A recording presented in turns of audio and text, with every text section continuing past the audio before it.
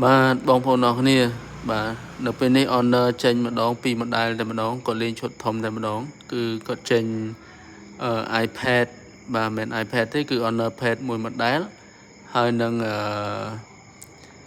Honor Play 10បាទ Honor Play 10មួយម៉ូដែលទៀតបាទហើយនៅក្នុងវីដេអូនេះគឺខ្ញុំ unboxing វារួចអស់ហើយដើម្បីឲ្យងាយស្រួលនៅក្នុងការបើកប្រអប់កុំឲ្យបងប្អូនពិបាកនៅក្នុងការមើលហើយវីដេអូនេះវាវែងផងដែរអញ្ចឹងខ្ញុំធ្វើការ unboxing ឲ្យហើយខ្ញុំធ្វើការ test អីវារួចអស់ហើយទាំងប្រមាណ model ហ្នឹងបាទប៉ុន្តែឥឡូវខ្ញុំចាប់ផ្ដើមធ្វើការបើកប្រអប់បង្ហាញអំពី Honor បាទ10 play នេះជូនបងប្អូនអរគ្នាបាទអានេះចេញមកមានពីរពណ៌បងប្អូនគឺពណ៌ខ្មៅមួយហើយមួយម៉ូដែលទៀតបាទគឺពណ៌រាងទឹកបាទទឹកសដែកបាទទឹកសដែកឬក៏ពណ៌បៃតងហ្នឹងហើយអាពណ៌ទឹកសដែកហ្នឹងមានពន្លិចនៅកតុយត្រីដោយតកូល Reno លំដាប់ខ្ពស់របស់ក្រុមហ៊ុន Oppo ដែរហើយពណ៌របស់ពណ៌ខ្មៅហ្នឹងគឺពណ៌ខ្មៅគ្រើមបងប្អូនអរគ្នាហើយទាំងពីរពណ៌នេះមើលទៅស្អាតមែនតែនហើយតាក់ទងជាមួយនឹងតម្លៃរបស់វាក៏ធូរដែរបងប្អូនអរគ្នាតម្លៃរបស់វាគឺ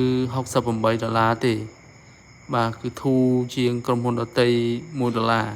ក្រុមហ៊ុនផ្សេងគឺលក់69ប៉ុន្តែនេះលក់68វាមានទំហំ RAM របស់វាគឺ 3G ហើយនៅទំហំផ្ទុករបស់វាគឺ 64G បាទអញ្ចឹងតាមរយៈការធ្វើតេស្តប្រើប្រាស់របស់ខ្ញុំធ្វើការអូសចុះអូសឡើងមើល YouTube មើលអីហ្នឹងគឺមួយអេមបាទល្អិលព្រិលតែម្ដងបងប្អូនអរគ្នាហើយនេះគឺជាតម្លៃដែលក្រុមហ៊ុនដាក់មកគឺ$68នេះបាទអញ្ចឹង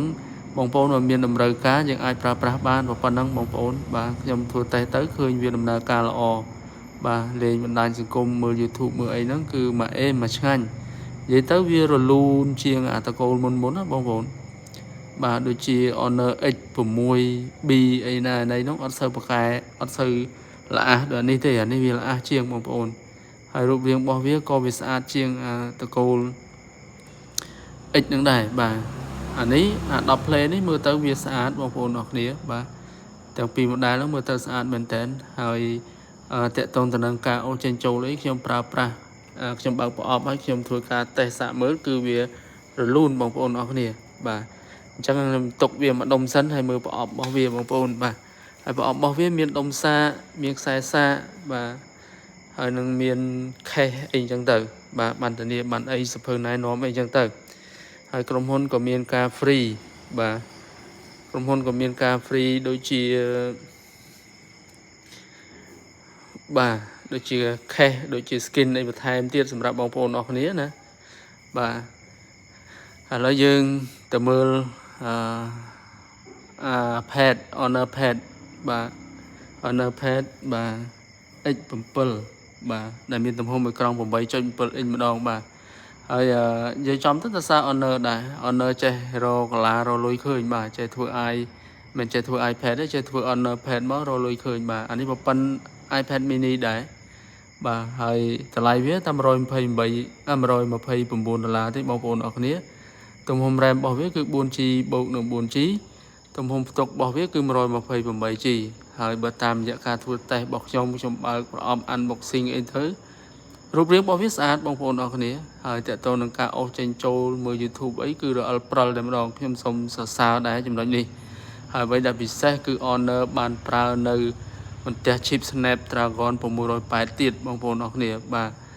680គឺបន្ទះ chip នេះបាទ chip នឹងល្អមែនទែនបងប្អូនអរគ្នាដូចខ្ញុំដាក់ឲ្យមើលអញ្ចឹងហើយបន្តមកទៀតវាមានកម្លាំងថ្ម 7000 មីលីអាំពែហើយការសាកថ្មរបស់វាគឺ18 វ៉ាត់បាទ18 វ៉ាត់បាទ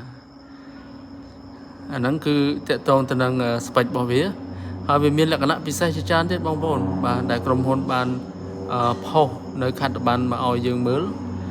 ហើយតកតងជាមួយនឹងលក្ខណៈសម្បត្តិរបស់វាប៉ុណ្ណេះតម្លៃត្រឹម$129នេះបាទខ្ញុំគិតថាវាពិសេសហើយសម្រាប់បងប្អូនអរគ្នាហើយប្រសិនបើបងប្អូនអរគ្នាមានតម្រូវការជូនអាណាព្យាបាលឬក៏ជូនក្មេងៗសម្រាប់រៀនសូត្រអីហ្នឹងគឺត្រូវតែម្ដងជាមួយនឹងជាមួយនឹង Honor Pad X7 ហ្នឹងបាទ ព្រោះខ្ញុំបានទៅតេស្តហើយខ្ញុំដឹងថាវាមានសមត្ថភាពខ្លាំងវាមិនចាញ់ iPad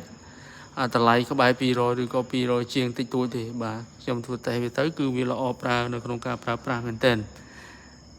បាទអញ្ចឹងបានខ្ញុំចង់បញ្ជាក់ថាបើសិនបើបងប្អូនមានតម្រូវការទិញជូនកូនរៀនអីត្រូវហើយឬក៏ទិញជូនមនុស្សដែលមានវ័យចំណាស់គាត់ភ្នែកអន់ភ្នែកអីហ្នឹងគាត់អាចមើលហ្នឹងបានហើយរូបរាងរបស់វាស្អាតបងប្អូនអរគ្នាជ្រុងបាទជ្រុងហើយកាមេរ៉ារបស់វាមានទាំងមុខមានទាំងក្រោយហើយអាចប្រើ SIM បានបងប្អូនអរគ្នាយើងមាន Wi-Fi យើងដាក់ Wi-Fi ទៅបើអត់ Wi-Fi យើងដាក់ SIM បានបាទអញ្ចឹងចំពោះក្រុមហ៊ុន Honor ចេញមកសារនេះគាត់ចេញមាន2 model គឺ Honor Pad នឹងមួយហើយមួយទៀតគឺបាទ Honor Play 10នេះឯងបាទ